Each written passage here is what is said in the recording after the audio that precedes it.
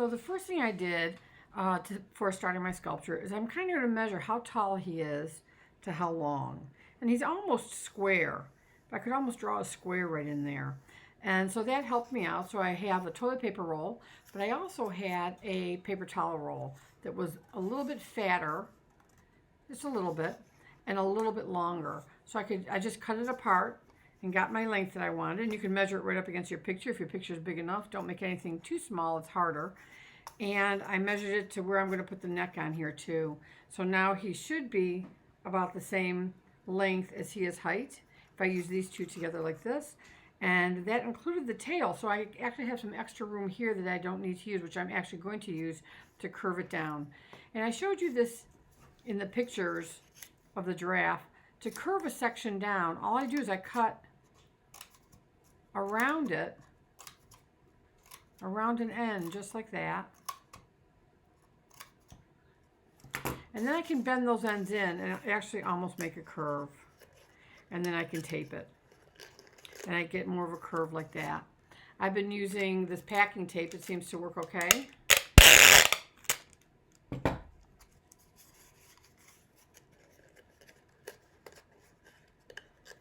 Fold those in on each other. And I just toss a piece of packing tape over the top. And sometimes I will put one around the outside also. So I have my body ready to go. I actually curved the front and the back of it. And now I'm going to make this fit on top of it. And this is where it gets a little bit trickier. My toilet paper, my paper towel roll is kind of oval, and that's okay. I think I'm going to set it up on this way and let this be the back end. So to do that, to make this have a little bit better of a fit, what I'm going to do is I'm going to cut this curve right here, I think.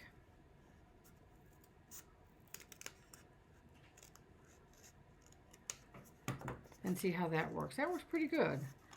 So I'm going to tape that.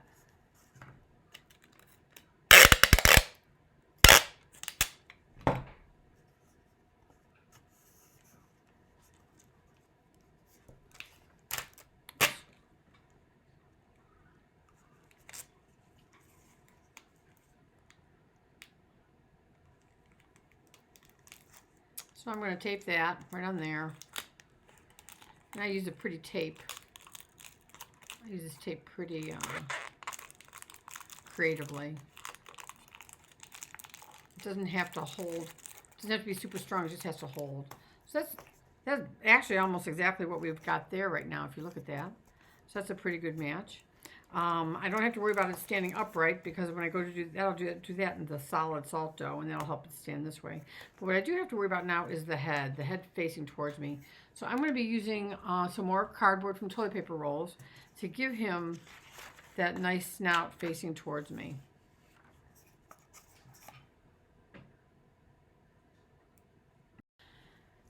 So I have my toilet paper tube and my paper towel tube kind of all taped together, and I've curved all the ends just like I showed you in the last section. It's almost an exact fit. I want to fit this little snout on top of here, so I just started cutting up a toilet paper roll until I got, you know, something I wanted. I'm going to angle that in there, but tape it on right like that. So I'll tape this first. I know I want this angled, so I guess I'll tape that first.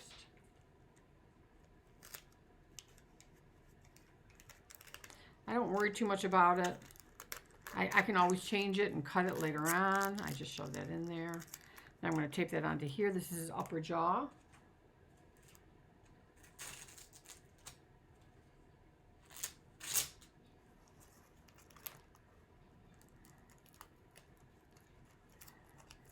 It can be tricky, but it's never that bad.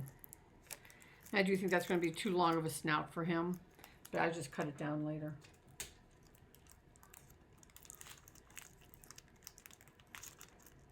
So I'm kind of getting the idea of what he looks like. Just using tape. And you can use Scotch tape, you can use duct tape. I've squished this down a little bit because it has that curve right there. And now I'm going to work on the lower jaw. I'm just going to take some more cardboard. I think I'm just going to tape it right on like this a little bit, or on this way. I can also tape it on this way to help me support that lower jaw. I can also do a tube more like that, I think. That would probably work too. It's going to be the lower jaw. And I think I'm going to trim this down a little bit and curve it.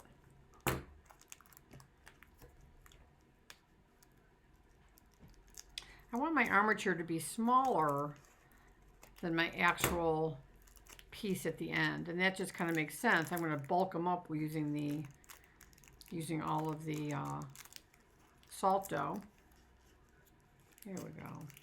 And now we're going to want this to be smaller too. It just needs to be something enough in there to really help support the salt dough. And it just seems like cardboard works really nicely for it. Oh, I like that. So I'm going to do that. So that looks pretty good. I can do it this direction or that direction, doesn't matter. I can curve the bottom of this a little bit if I want to have it have a snugger fit. So it fits around the curve of the toilet paper roll. This is really more about problem solving than it is about doing any kind of exact reproduction of anything.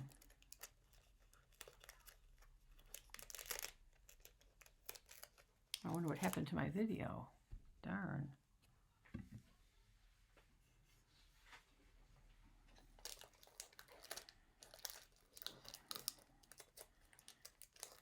So you can see he's going to start getting there. So you can see he's going to start getting there. Okay. Cut that apart. Cut that apart. I want to be able to get clay back in there. And clay back in there. And I can do some more taping to make that be a little bit sturdier if I want. But that's basically it for right now. So this is what I ended up with. And you can see it's pretty rough. It isn't an exact copy. I have a lot of tape on it. I've got the little mouth open right there. I've got kind of a body, and I've got this long neck that you see in the picture. So this is just the basics of what I am doing here. And it's almost an exact copy to the size. I didn't want to make a huge one. You don't want to make anything super huge out of salt dough. You'll be at it, you know, for the rest of your life. So it's better to do something medium, just medium size. If you make it too small, it's very difficult. If you make it too big, it's very difficult. I find just medium is just right. It's the Goldilocks principle. Just like that. So can you see him in there? Yep, he's in there. Now it's just adding salt dough. So now I'm going to start covering my little armature with some of my salt dough. And you can see my salt dough is pretty dry. I just made it, but I have a tendency to make it very stiff. I don't add a lot of water until at this point, if I think it's too dry, I can add just a little bit of water to it. And then really push it together and knead it until it doesn't split so much. At this point, all I'm going to do is start covering my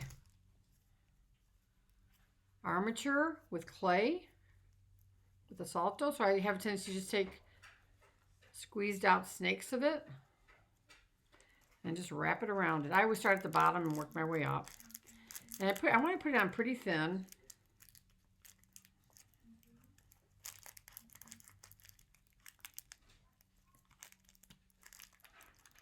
And I'll squish it together. I'll put water on the surface here if I need to, so it can really kind of push together. I don't want a lot of cracks and creases in it, so if it's too dry, it is going to crack a lot. You can see me pushing it along, pushing it around. It might feel weak to begin with, but once you have this over the top of your armature, it gets pretty strong.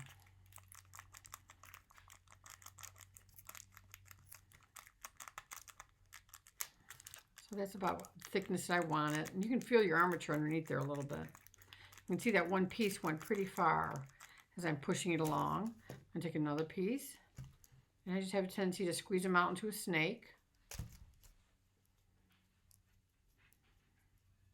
and flatten it.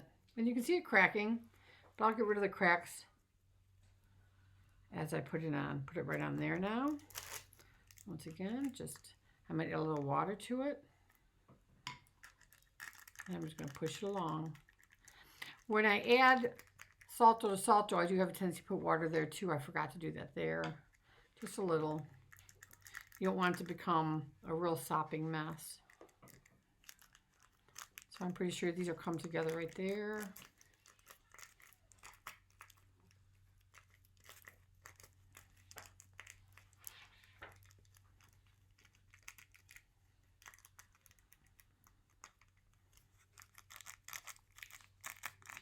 And this will almost come down right over the back end of this little guy.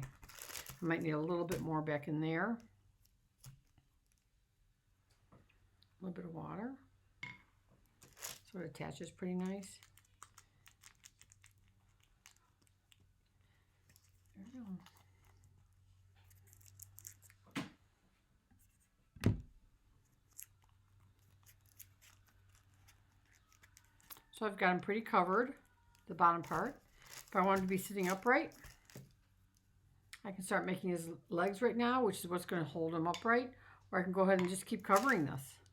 A little bit of water so it sticks. You can see I'm working on a piece of paper.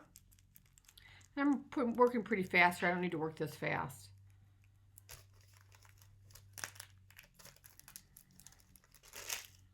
Smooth together this. Wooden things are really nice to smooth this together with and push it together with. You'll get less cracking. The wood doesn't stick. If you have a rolling pin at home, you can use that.